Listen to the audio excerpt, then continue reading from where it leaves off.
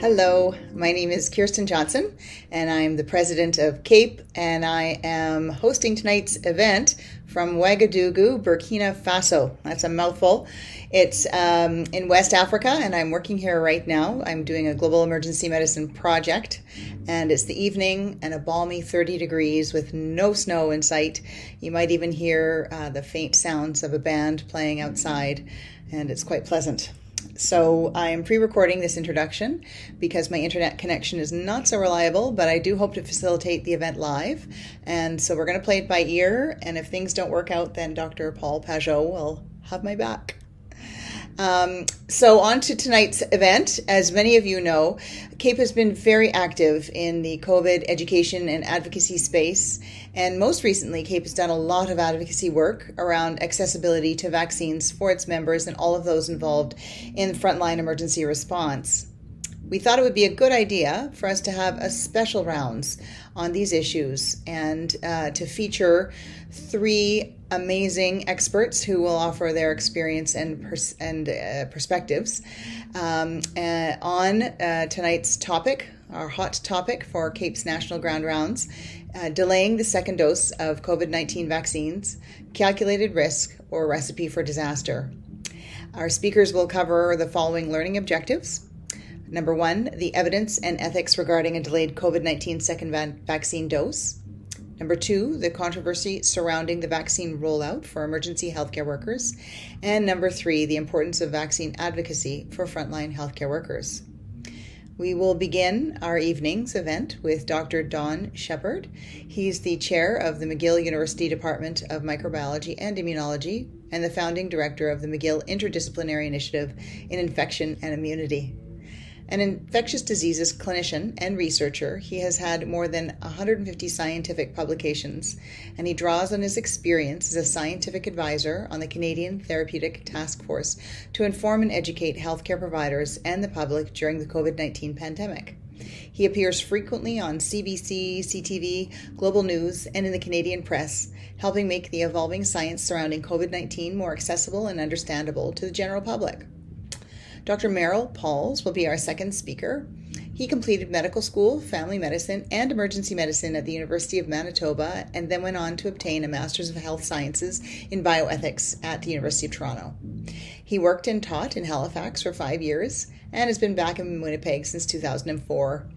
Now he's a professor in the Department of Emergency Medicine, an emergency physician at the Health Sciences Center, and the co-lead for ethics and professionalism teaching at the Max Rady College of Medicine. And last but not least, our beloved Alan Drummond. He is a family and emergency physician in Perth, Ontario, and the co-chair of public affairs for CAEP. None of our speakers have any conflict of interest. And I would invite you to send your questions by text to Patrick Mooney, who has been our fabulous student volunteer facilitating questions at our CAEP Grand Rounds. And his number is 438-862-0026. So without further ado, we'll start our session with Dr. Don Shepard. Don, I'll hand it over to you. So good evening, everyone. It is not 30 degrees where I am outside Montreal. In fact, I'm staring at snow that is falling from the sky, and it's not falling on cedars, sadly. So let's dive into some of the science behind the COVID-19 debate and the grand experiment that is going on in the fine province of Quebec by delaying the dose of the second dose of the COVID-19 mRNA vaccines. So first, let's have a little refresher for those of you that haven't thought about your immune system in any detail since medical school.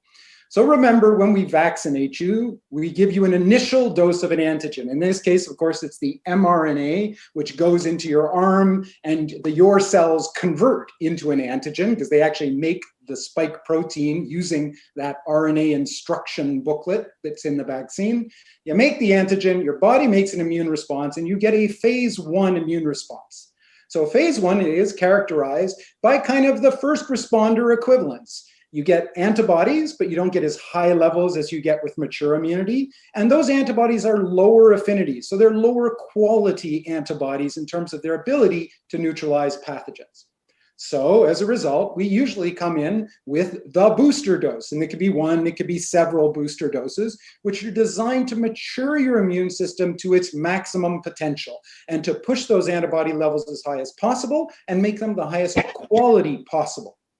Now, depending on the vaccine, the timing between the first dose and the booster dose, as you all know from looking at vaccine schedules, can vary from a few months to, in the case of the tetanus booster, how often do we give it? Every 10 years. So it's obviously something that varies enormously. I will say right out of the box, there are very few vaccines that we boost at 21 to 28 days. That's actually incredibly early as a boosting schedule. So when people looked at this data, they thought maybe we're pushing it, and we chose the 21, 28 days deliberately because we wanted to accelerate the clinical trials as much as possible. Obviously, if we boosted people at 3 months, the trials were going to be 3 months longer because we'd have to wait till after that day to look at the effects on immunity. So the 21, 28 days that were chosen for clinical expediency and to get these trials done soon and get the data soon. All right. So we do our trials, the big data comes out, all these great New England Journal articles get published, and then people start to look at the data and ask some hard questions. And so let's dive in and just look at a couple of pieces of the data so that you can understand the numbers that people throw around in the press. Because this is one of these great examples of where the press made a complete hash out of the science and confused the living daylights out of every single person on planet Earth. So this is the key curve with the Pfizer vaccine. This is the rate of infection in people who got the vaccine, orange, or didn't get the vaccine, blue. And you obviously want it to be in the orange group, but what you can recognize right away is this is a pretty darn flat curve. And that pretty darn flat curve, if I blow it up, starts to get flat long before 21 days, which was the day of the second dose. So in other words, the protection seemed to switch on, and here I can show you in this blow up, it's around day 12 to 14, and at that point it was flat until the second dose and after the second dose. So some bright lights said, hey, wait a second, it seems like the first dose is doing the heavy lifting here, and maybe that second dose is locking in the immunity, improving it, making it longer, but we're actually getting our bang for our buck at day 14, which is long before the second dose. So let's look at the numbers by breaking it down into those chunks to be absolutely precise as the protection in the different windows. So the first thing we want to look at is the primary endpoint of the study. And the primary endpoint of the study said they wanted to look at immunity 7 days after you'd had your second dose. Why 7 days? Because like after the first dose, it takes time for your immune system to respond to a boost, and you never consider vaccine events within the immediate post-vaccine period. Obviously, if you're in the vaccine clinic, you get the shot in your arm, and when you walk out, someone coughs COVID in your face. Nobody thinks that that vaccine you got 30 seconds ago is going to protect you. And indeed, in the trial data I just showed you, 14 days seems to be when the light switch goes on. So this is the data then for protection according to the design of the trial, 7 days after you got both doses, 94.8%, which is the magic 95 you see everywhere. And that blew our socks off because that is really, really, really impressive vaccine data. Gotta admit. Okay, that's great. We know it works with 2 doses. But what about all these other time periods? The first time period that Pfizer reported that they insisted on for legal conservative reasons and that the press ate up was 52%. That 52%, it took into account all cases from the moment the person left the vaccine clinic until the moment the second dose went into the arm. And they said that's the degree of protection you get from a single dose. Well, you can see where I'm going with this. This is complete rubbish, right? We don't count in the primary endpoint until a waiting period after the dose. So of course we shouldn't be doing that after the first dose. And so if we use that 14-day period where we saw the light switch go on in the immune system, and we look at the window of 14 days to when you got your second dose, which was 21, it's a very narrow window, but what was the protection level? Whoa, hold on a second, 92.3%. Which you don't need to be a statistician to know is not statistically different from 94.8%. But of course, these are small numbers because we're only looking at a 7-day slice. So there's a pretty big range around this. So it's a good sign that maybe the first dose is giving a lot of the protection, if not all, but it's a sub-analysis of a small amount of data. Of course, we have a second vaccine, second mRNA vaccine. And I'll tell you that my own personal bias, this has not been proven yet, but it's a personal bias, Pfizer and Moderna are Coke and Pepsi. The mRNA molecules are remarkably similar. They're only a couple of nucleotides different. And it's actually remarkably reassuring that science follows that logic. And you look at the outcomes in the trial with the Moderna vaccine, and I'll be darned if those numbers don't look exactly like the numbers that I just showed you for the Pfizer vaccine. Overall protection is 94.1, and the protection in the window between 14 days and dose 2, which happens to be 28 days in the Moderna trial, right? Because you give it at 28, not 21, doesn't matter. It's still 94%. So this is what got people excited, that in this window period, they're seeing that the vaccine has essentially done all of its heavy lifting.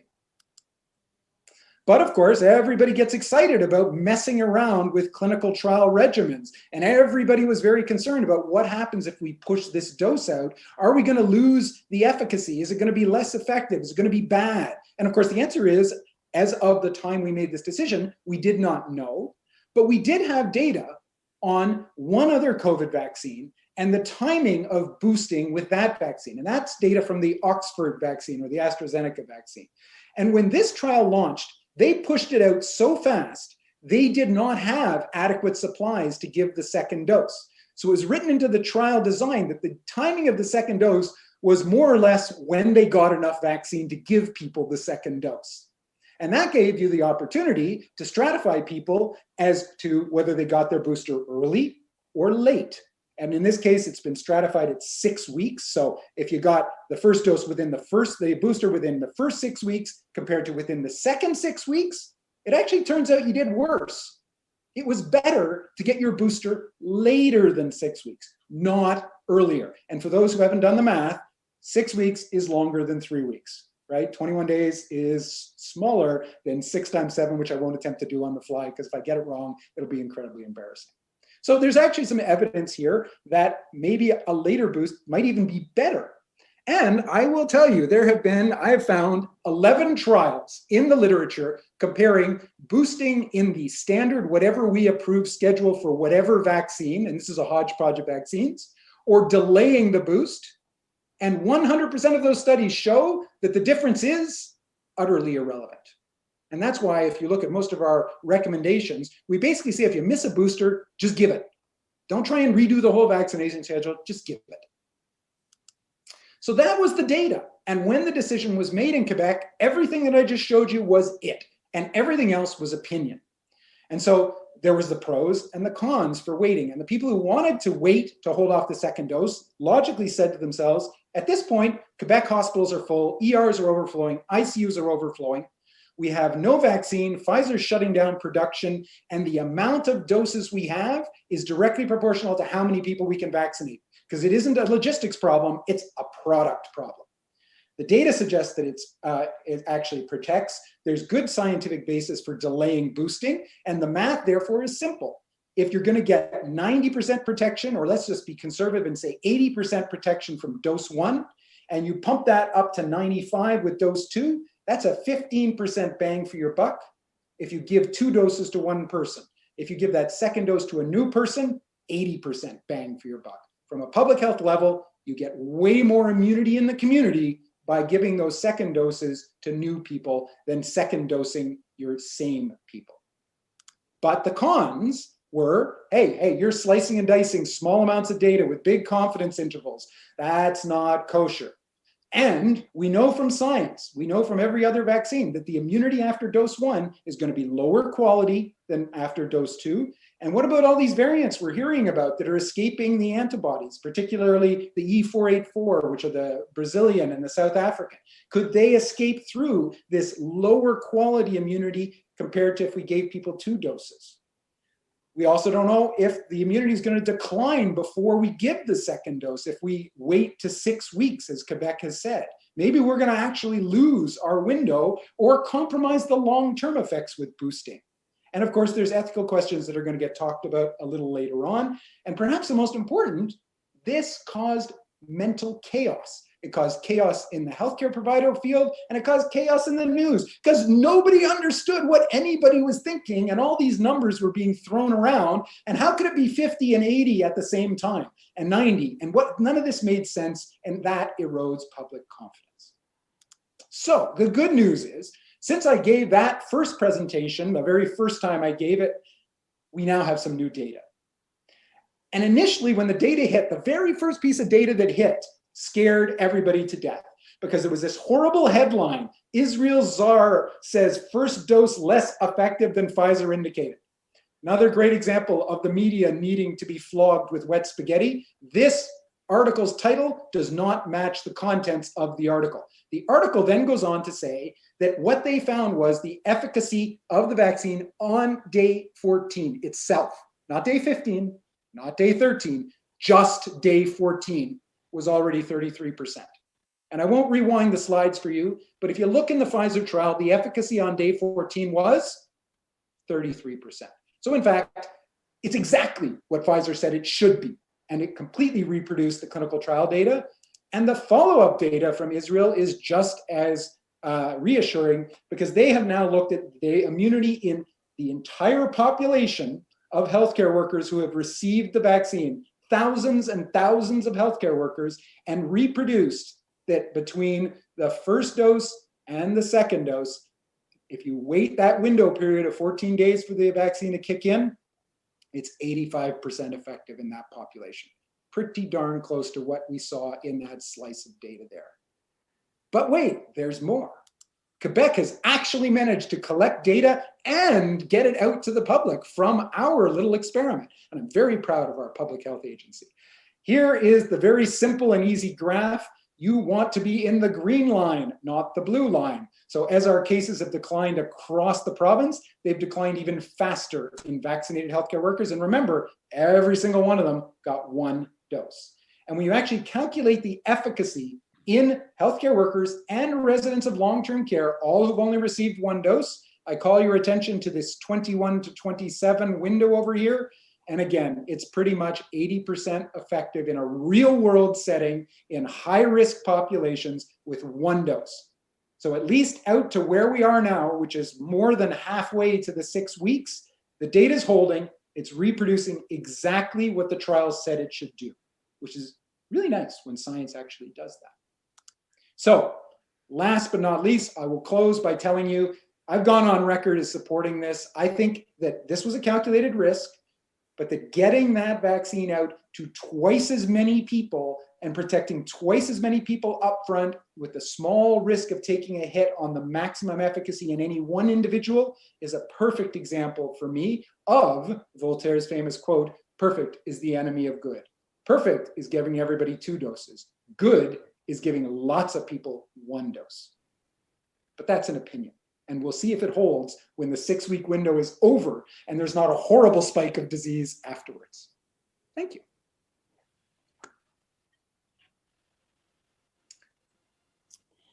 Well, that was wonderful, Dr. Shepherd. I don't know if you can see me or hear me. Can you? Can. Would you like to take a few questions? Super. Well, I would love to give you a few questions. We already have some. So starting with one that is a little bit of a sideline, but it's an interesting one.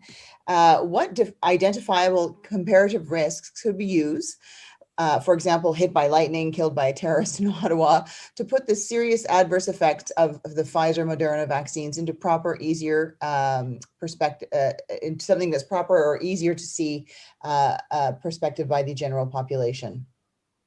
So that's a great question. And you're going to talk, I think later on a lot about how we advocate for vaccines and discuss them. But there's a really nice little fact here that you can use. So according to the US Weather Service, your chance of getting killed by lightning in your lifetime is somewhere in the 1 in 80,000 range. Got that number? 1 in 80,000. According to the US CDC, the rate of serious allergic reaction, which is the only major adverse event that's been described thus far with the Pfizer vaccine, is 1 in 100,000. So, in tongue-in-cheek answer to the tongue-in-cheek question, lightning is more dangerous to you than the Pfizer vaccine. And I don't think many of us get up in the morning and stress about whether we're going to get hit by lightning. That's fabulous. Thank you so much for doing that groundwork. And I'm sure the person who asked that question will appreciate it. I have another one for you. How would you rank hurdles to the mass vaccination program in the coming months in terms of vaccine hesitancy, vaccine availability, distribution, vaccine administration, population accessibility, failing vaccine efficacy from variants, and others? So the answer to that is yes, clearly, all of them. And it's an evolving and moving target, right? So we were 1 week ago in the place where the major barrier was the amount of physical vaccines that were crossing the border into our country. That is starting to loosen up. So now we're moving into a phase where it's the logistics of vaccine distribution and administration. And we've seen that in my own province, which starts on Monday to give the vaccine to over 85s.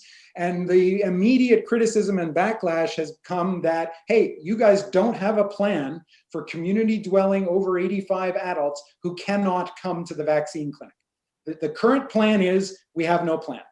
I'm being a little facetious.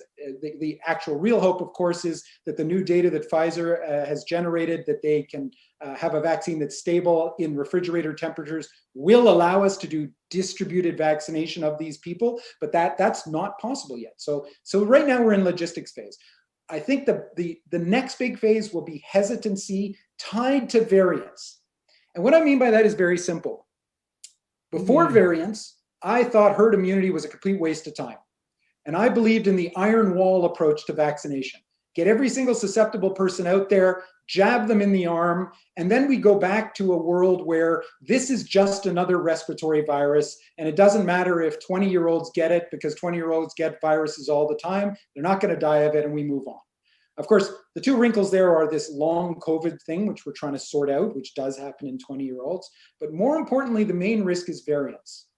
And these variants we are now seeing emerge containing mutations that reduce their susceptibility, if you will, to vaccine-induced immunity. And that's scary. So now the race is on to vaccinate the mass population, not so much to protect them, but to cut down on the bulk amount of virus reproducing on planet Earth, because the only way to get a variant is to allow the virus to reproduce. The more you have reproduction, the more you will generate mutations. And it's no accident that the big mutants that we are seeing, the important variants, have all emerged from locations on the planet where there have been extremely high rates. The Brazilian one in Manaus, the UK, the California, the South Africa. These are all some of the places that have had the highest incidence, the highest bulk of viral reproduction going on. That's super interesting and very easy to understand. So thank you very much for your perspective on that. I have another one. It seems that the United States has had a head start now, given their higher population infection rate and faster immunization rate in producing herd immunity. If variants of concern do not produce more serious disease while our high-risk groups are being vaccinated next month, would not easing of lockdown to allow partial natural herd immunity at a cost of more infection be allowable to ease socioeconomic mental health burden? So there's a lot in that one. I'm just going to try and unpack it to something a little bit more simple, which is, if we protected our susceptibles, can we just not worry about this in our non-susceptibles? In other words, are the Great Barrington people right and herd immunity will save us? I have to be super clear on this. The concept of natural herd immunity is deader than a doornail. It is pining for the fjords. It is something that should be exiting stage left. Okay, the Great Barrington debate is over. This comes from data that we have seen in Brazil and Manaus, and it's very scary data and it's very sobering. In Manaus, serosurvey studies showed that 76% of the population was infected in wave 1 with wild-type COVID. 76%, well above the threshold where herd immunity is expected to show a massive, never mind a minor, a massive effect. Nevertheless, Manaus has had a horrific second wave with death rates higher than the first wave. Why? Because the Brazilian variant has caused the second wave, and there has been essentially no cross-reactive immunity from wild-type infection to variant infection.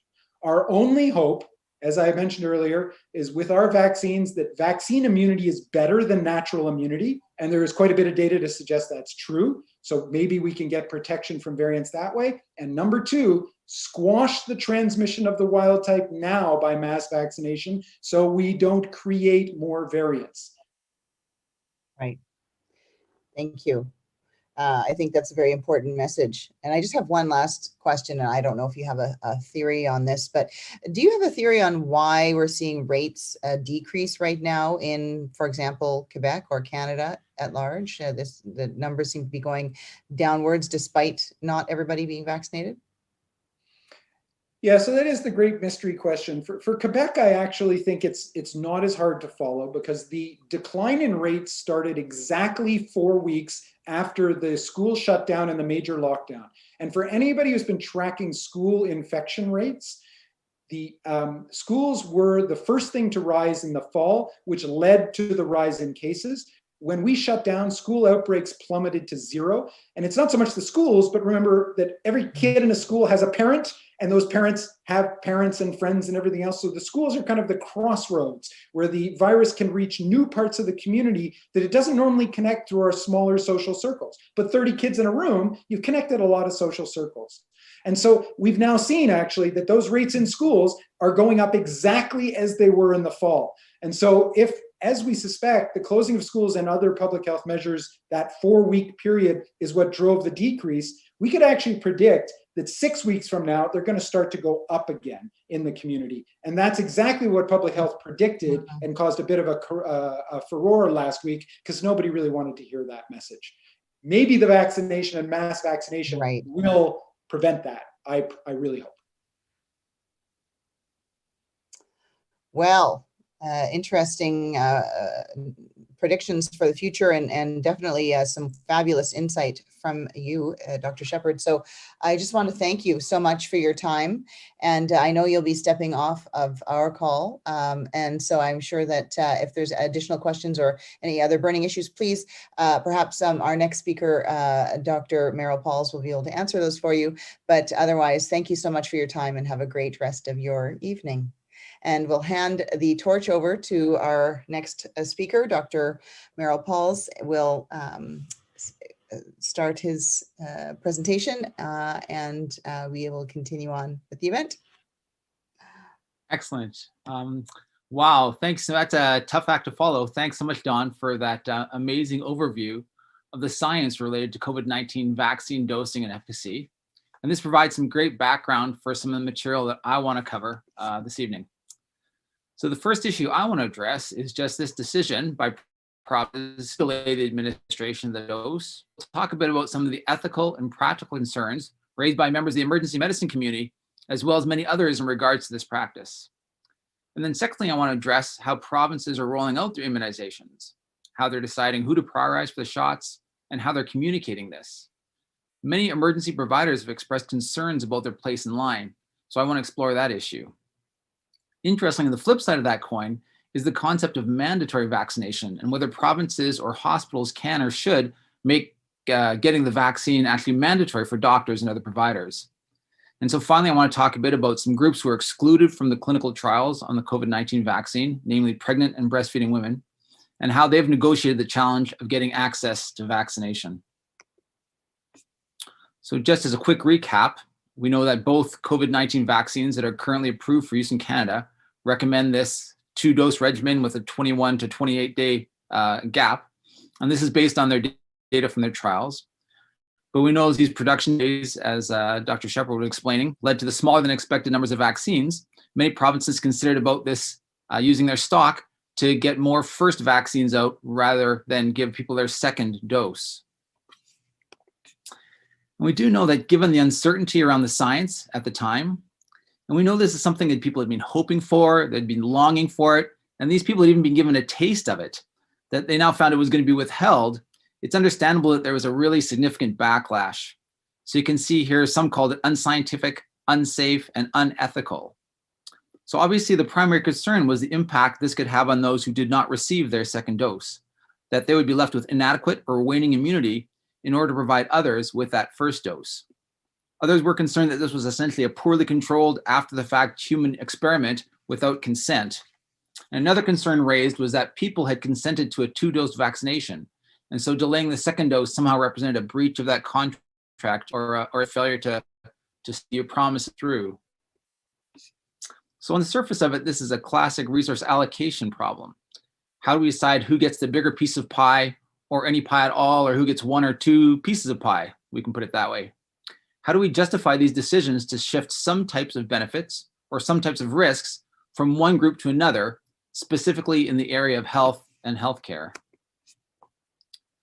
So we know from the time of Aristotle to the present day, there have been many attempts to define the most important principles and the most cohesive theories to decide what's fair, specifically in healthcare.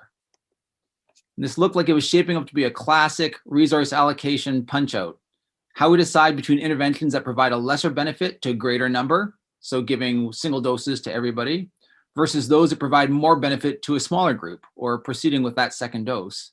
And for sure, there are additional considerations thrown in, including things like who the groups were, are some more deserving or others, and whether we owe something more to those who have already started down a treatment pathway.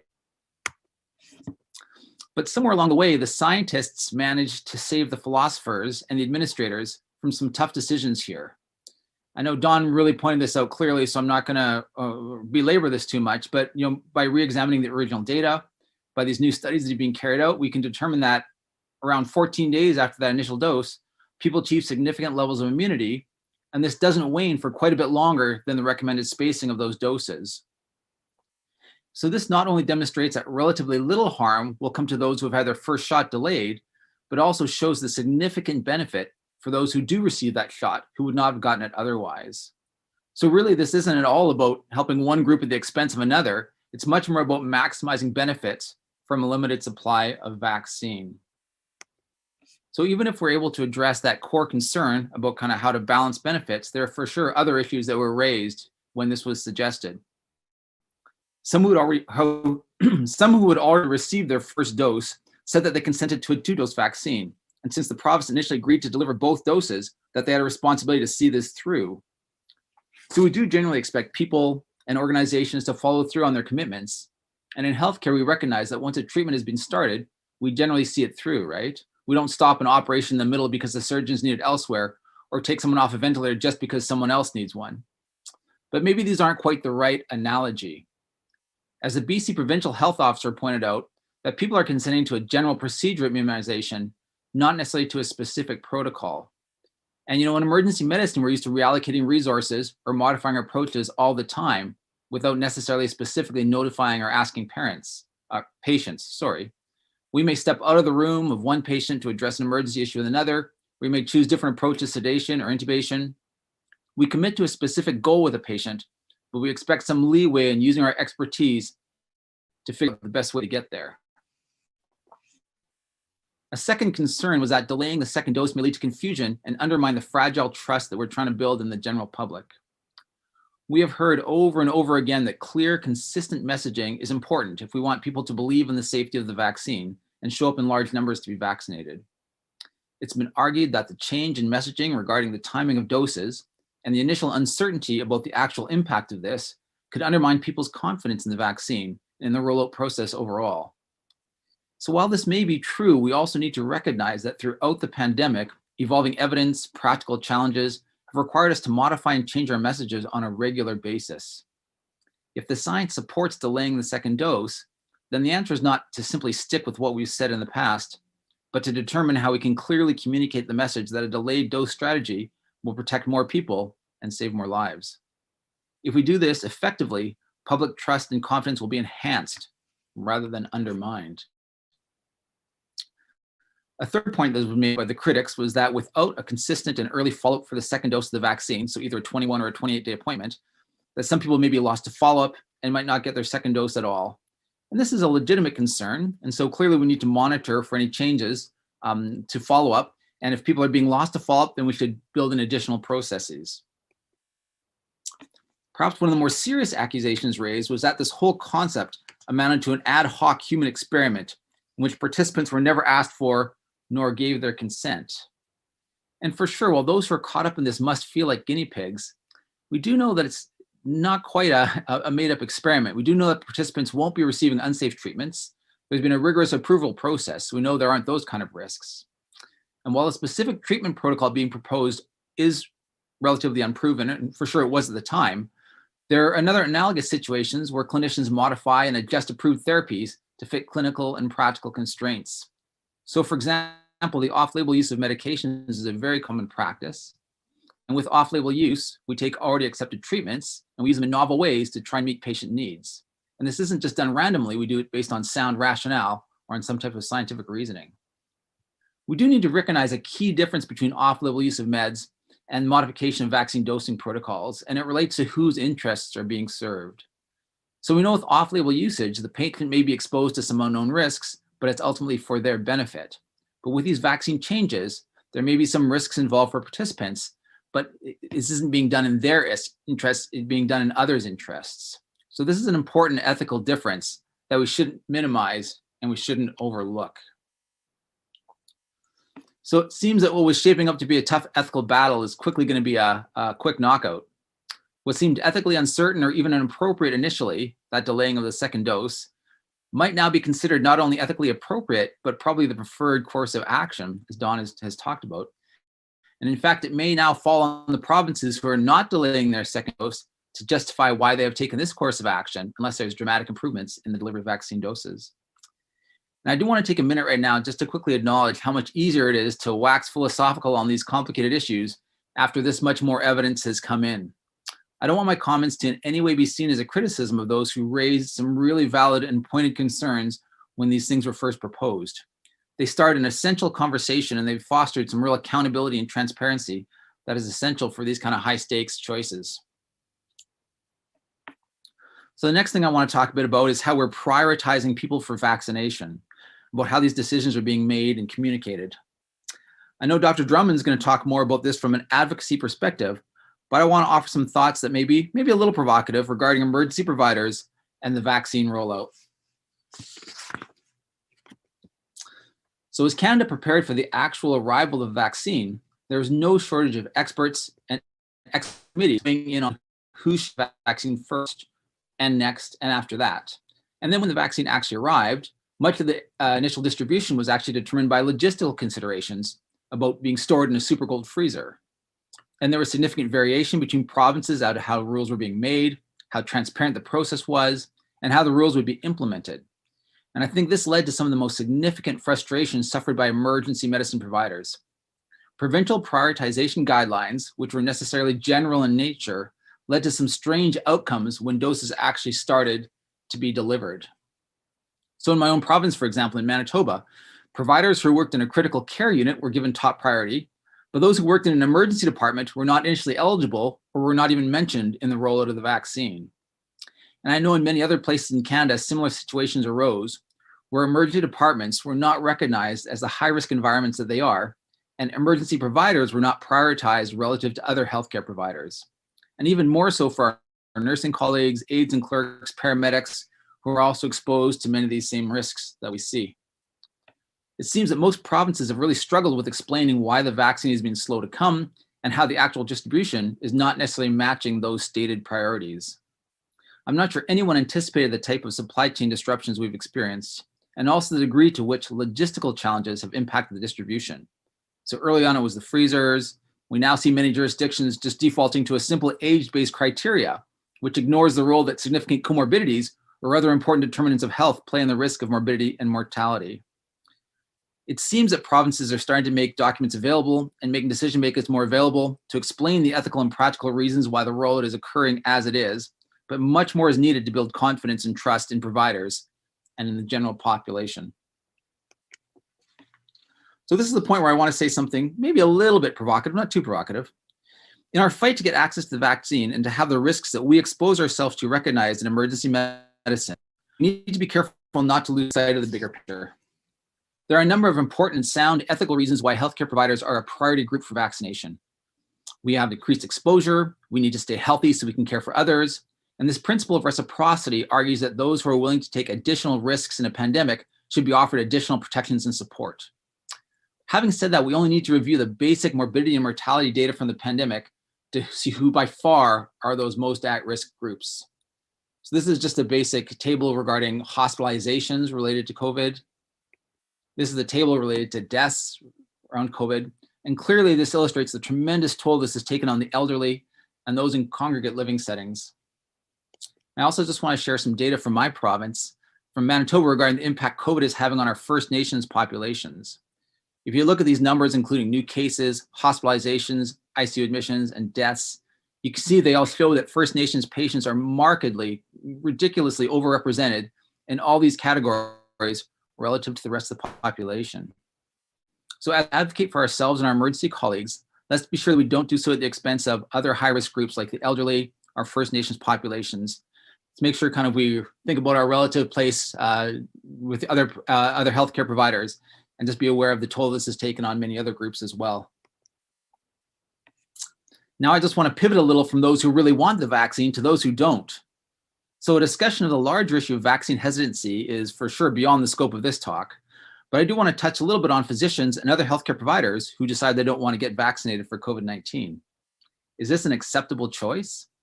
Some have suggested it is not, and that COVID vaccination should be mandatory. If students have to be vaccinated before they go to school, shouldn't doctors be vaccinated before they go to work? Institutions have tried this approach with other vaccines, such as the flu vaccine, and with other groups, such as nurses, and have been largely unsuccessful due to legal challenges. Some have argued that the increased risk of COVID and the effectiveness of the vaccine states that this could and should be treated differently by the courts, and that provincial government should take a role in actually imposing these rules. And while there is some visceral appeal to simply mandating vaccination, the few physicians who wish to opt out may argue that there are other effective ways to keep patients safe.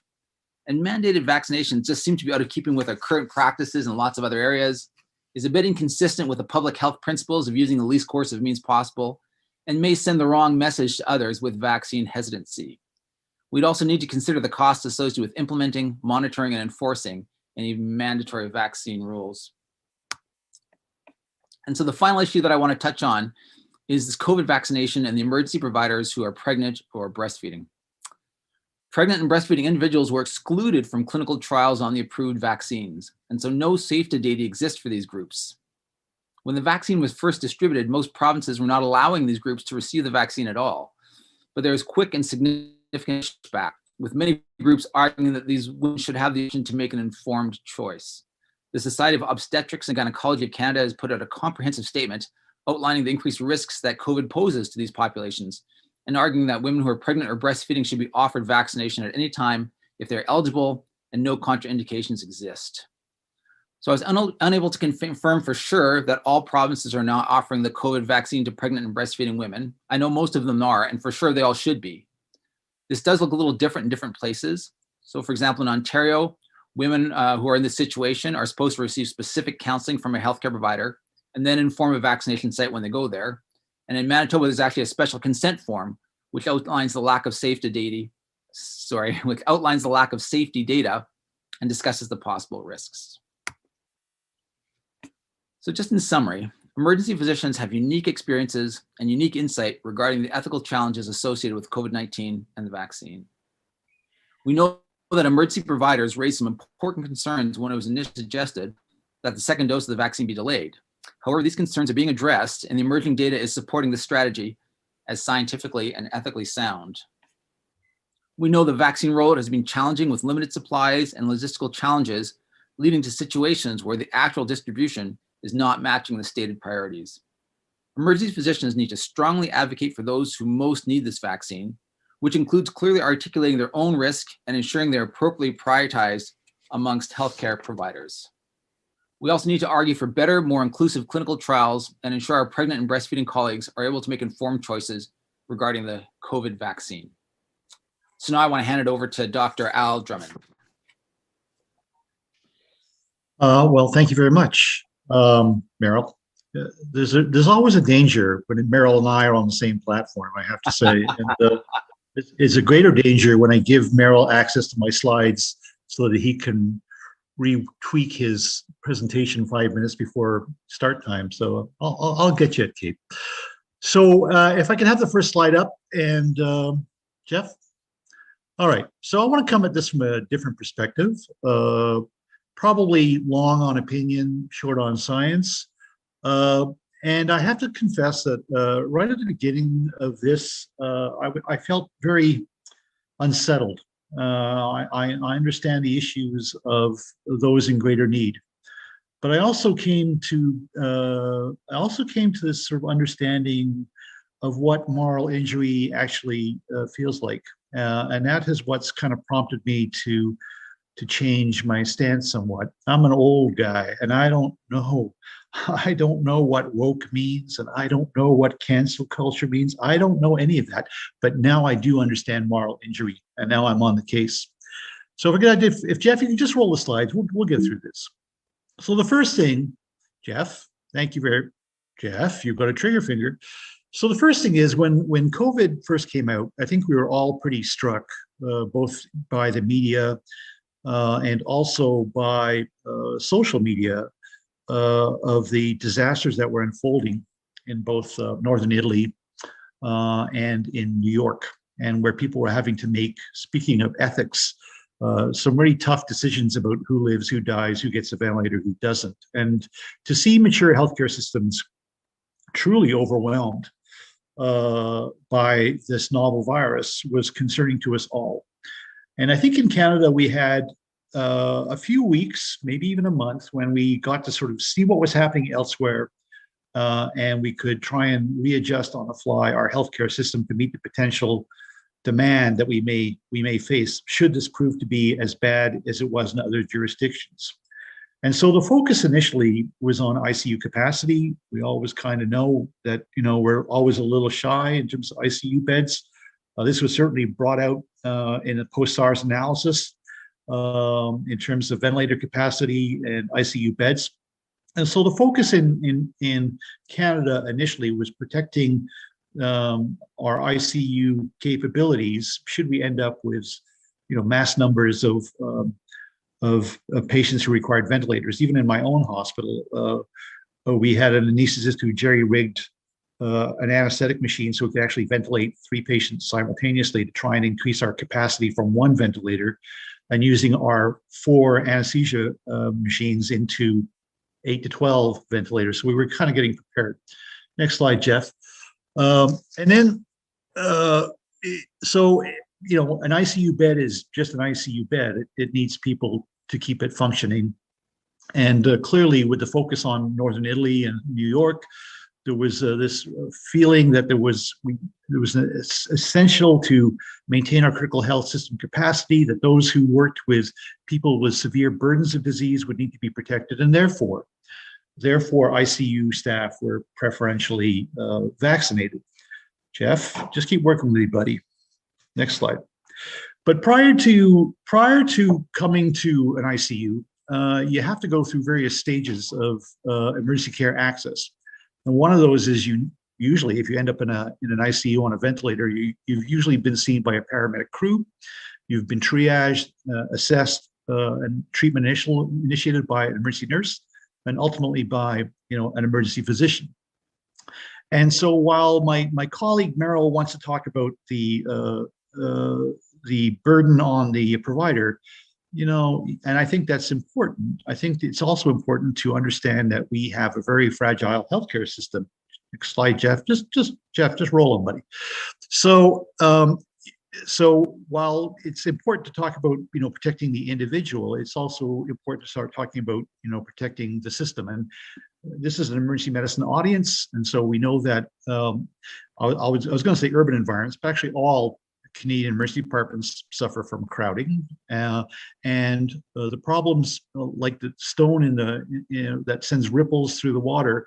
These problems sort of outgo to further communities, and rural communities also have crowding, but they also have the problem of premature closures. In terms of crowding, thank you, Jeff, you've got it now. Canada, the emergency system in Canada is pretty important to the 36 million of us who live here. We have 17 million patient visits. Most of hospital admissions come through the emergency department. And because of the lack of beds, bed availability principally, We often end up with prolonged stays in the emergency department waiting for admitted patients. Those of us that are old enough to remember SARS remember that one of the sort of key first cases came from lying in a overcrowded emergency department in Scarborough and became a vector for disease transmission throughout Toronto. And so we also have, as a result of crowding, we also have ambulances who aren't able to respond. So our emergency system, especially in urban environments, is very fragile. Next slide, Jeff. The other thing is that we know from the Doug Sinclair's working group that Canadian emergency physicians are in short supply, that by actually this year, it is anticipated that we will be down about 1,500 emergency physicians. As we end up in more sort of suburban and rural communities, a lot of these physicians are actually older. Next slide, Jeff. And in rural departments, speaking about vulnerable populations, people tend to think, I think, that that rural Canadians tend to be healthier, but they actually aren't. I've got patients who basically live in shacks, for want of a better phrase, and so they're older. They tend to be poorer. They tend to be sicker. They represent a significant population of Canada, but are only looked after by a very small percentage of physicians, many of whom are in fact a lot older. And I don't know if it's 50%, but a lot of the emergency care in Canada is actually delivered in small suburban and rural hospitals. So, and in these communities, if one physician, one nurse either gets sick or is quarantined, that poses a major threat to the integrity of that system.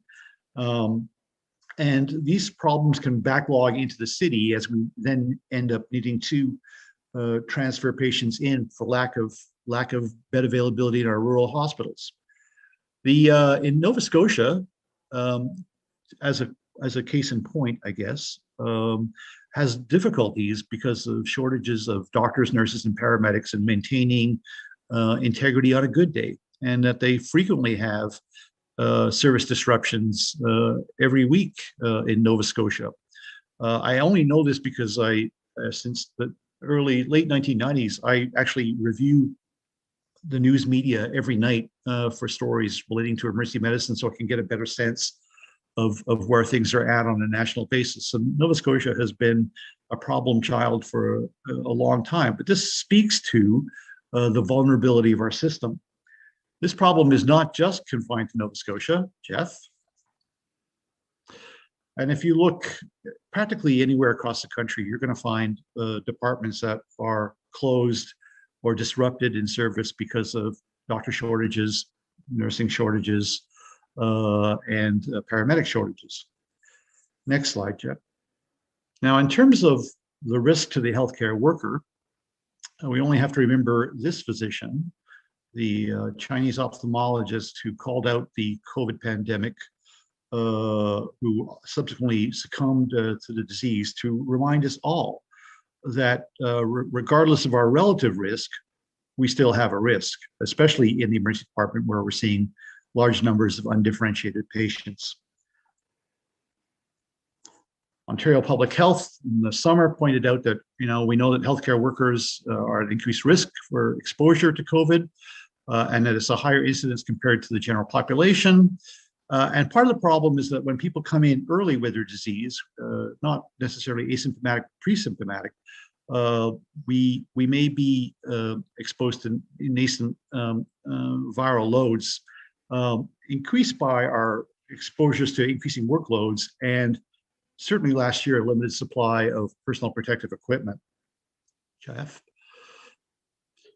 BMJ sort of pointed out that healthcare workers were certainly at risk, but those working in intensive care units, those ones we chose to protect strongly and initially, may actually not have such an increased risk of infection, probably owing to the protection offered by the much better levels of personal protective equipment, or the decrease in infectivity that occurs in the later stages of illness among the critically ill.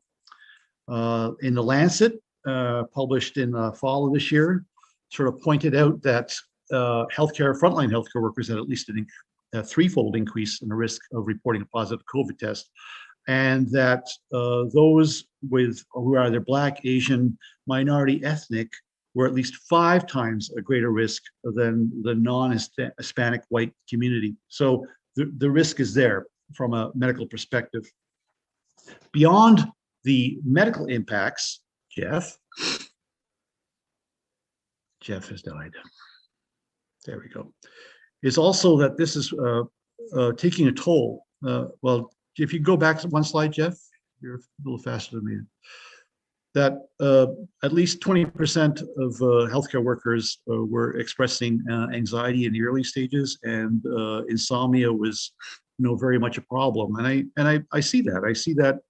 I don't care what the media says. I don't even care what the Lancet says. I see that in my immediate living circumstances, that a lot has been asked of us, and it is most definitely taking a toll on the people that I work with. Initially, we were deemed COVID heroes. Jeff. So this is the way the media choose to portray us as we face the uncertain future of this terrible disease based on other circumstances, and how we were enjoined to the battle, not knowing, what our fate was to be.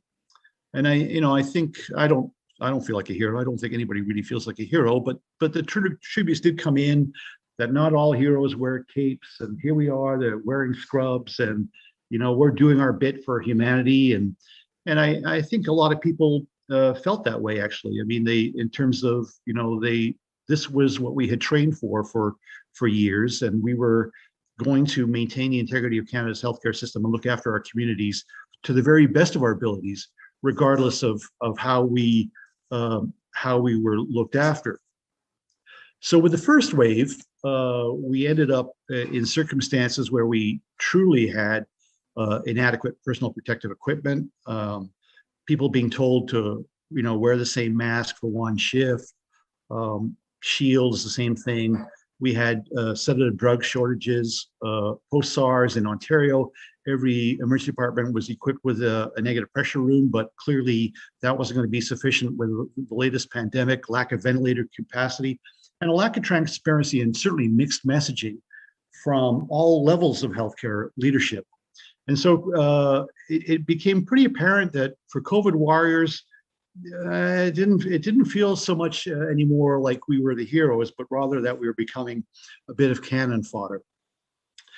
The next slide is, I'm not going to talk about Ted Cruz, Calgary's own, but I do want to talk a little bit about the setting which tweaked me into a higher level of advocacy, perhaps. And that was that around Christmas time, we started, all Canadians, I think, were dismayed to see healthcare leaders jumping queues, telling us to fight the good fight while they took off to Hawaii, and people that were in public relations and Southwestern Ontario hospitals getting the vaccination before a paramedic, an emergency nurse, emergency physician, because they occasionally walked into a hospital and they occasionally actually spoke to an emergency healthcare worker.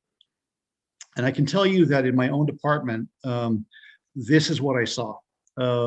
This sense of we are here doing our very, very best, and the system which labeled us as heroes early on is now treating us like cannon fodder. It was okay to go into the first wave doing what we could, but now that there's a vaccination available to offer us maximal protection as we look after undifferentiated patients, somehow that got forgotten. And that the vaccinations were going to hospital administrators, to hospital board chairs, to friends, to all kinds of people other than frontline workers. And I do care about what happens to my colleagues, both locally and nationally. And by colleagues, I don't mean physicians. I also mean emergency nurses, because we have a very intimate relationship with our emergency staff, and the paramedics that bring people in. Like we're a team. And I could see it in their eyes. I mean, I really could, that nobody was expecting to be number one in line, but nobody's expecting us to be 12th in line either. And I thought to myself, I was always worried about the concept of privilege and squawking for immediate access to vaccination, because it would come across the wrong way. As Meryl has pointed out, there are certainly people who are in dire need of vaccination, but that doesn't mean that we are lesser, and it also does not come to the understanding that we have a fragile healthcare system, and if we get sick, either personally or cumulatively, our system will not function. People will not get to the ICUs. People will not be taken to hospitals. So it's beyond the individual risk. It also is a system risk that I thought was important to highlight. So what's happened? Well, nurses are stressed. They're overworked. Physicians are stressed and overworked, but probably, don't say it as much. And going into the second and third wave, because I think there will be a third wave as the variants roll through in April. Jeff? We're not prepared, I don't think, as an emergency medicine team to accept something less than vaccine priority. We did it in the first wave. We kind of did it in the second wave, but now that vaccines are available, it is time. It is time to consider getting people vaccinated. Now, there are communities that haven't been. People in my department have not been vaccinated. Paramedics in our service have not been vaccinated. And I get it from social media that this is not just us. This is across the country, that there are thousands, literally thousands of emergency healthcare workers who've not even had a whiff of a vaccine, or even the courtesy to say that a vaccine is coming on such and such a date, just hang in there a little while longer. That's the way we're being treated. Now, when I was doing some work last year on violence in the emergency department, I came to the clear understanding in my own mind that we are entitled to a safe workspace. We are certainly entitled to that from the perspective of violence. That's not part of our job. And when you look at the occupational health and safety laws, it's pretty clear that hospitals have a moral duty, a legal duty, to provide us with a safe work environment, and to understand that getting infected is part of that risk, and that they should take great measures to mitigate that risk for all healthcare workers, which was not in evidence during the first wave. Next slide, Jeff. So when I look at my paramedic colleagues in Nova Scotia, they are, and they're right. They go into the community, they go into nursing homes, they go into take undifferentiated patients, and they're not getting vaccinated. They're having their appointments canceled because it's too late in the day. In Manitoba, next slide, Jeff, please. And also out west, Alberta, Saskatchewan, again, not certain when they were to be vaccinated. Next slide, Jeff. And in Manitoba, they talked about some paramedics eligible for COVID vaccine. Some? Who defines some? Is it by age? Because the risk is the same, and that's unacceptable. And Meryl pointed out, and I was aware of this, that during the first part of the vaccine rollout, emergency staff weren't considered anywhere near essential workers in terms of priority for vaccination.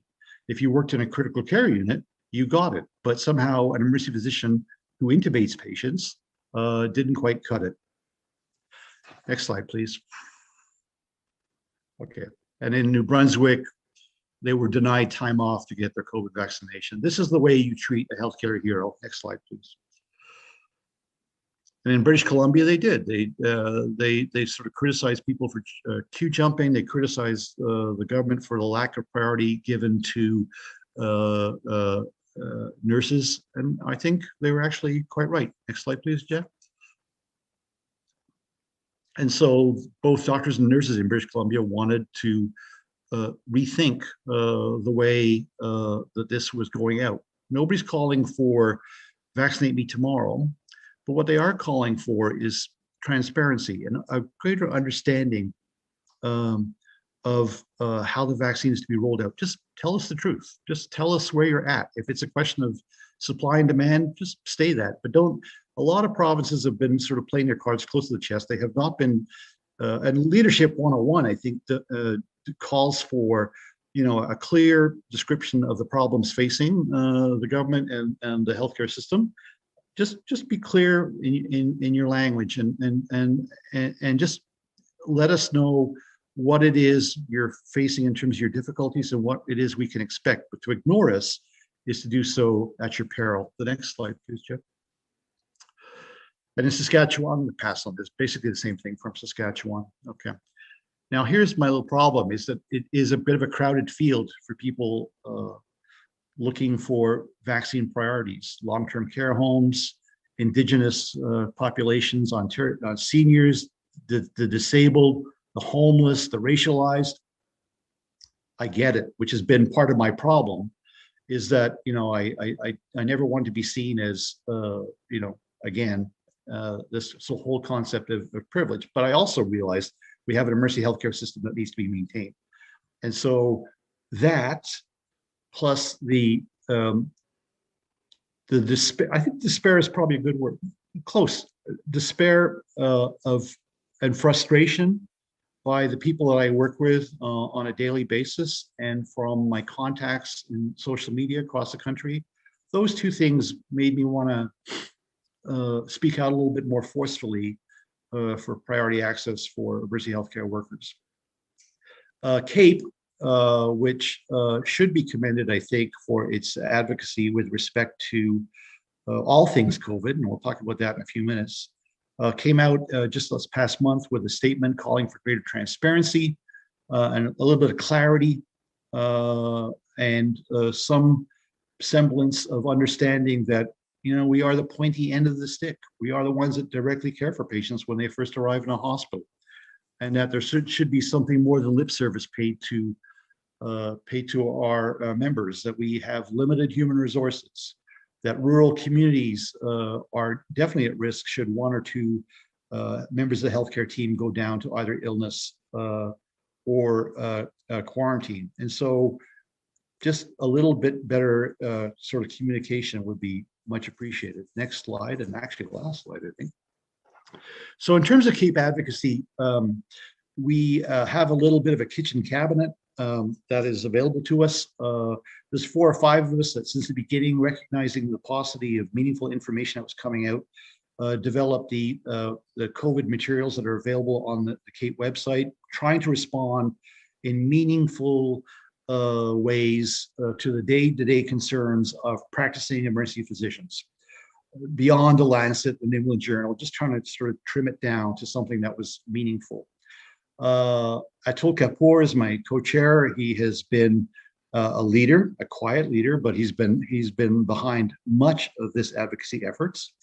And you should know that this coming Friday, both Atul and I will be appearing before the Parliamentary Committee on Health to talk about. We were there in June talking about the response to the first wave. We will now be talking to them about what to expect and what we expect to see in our response to the third wave. Thank you.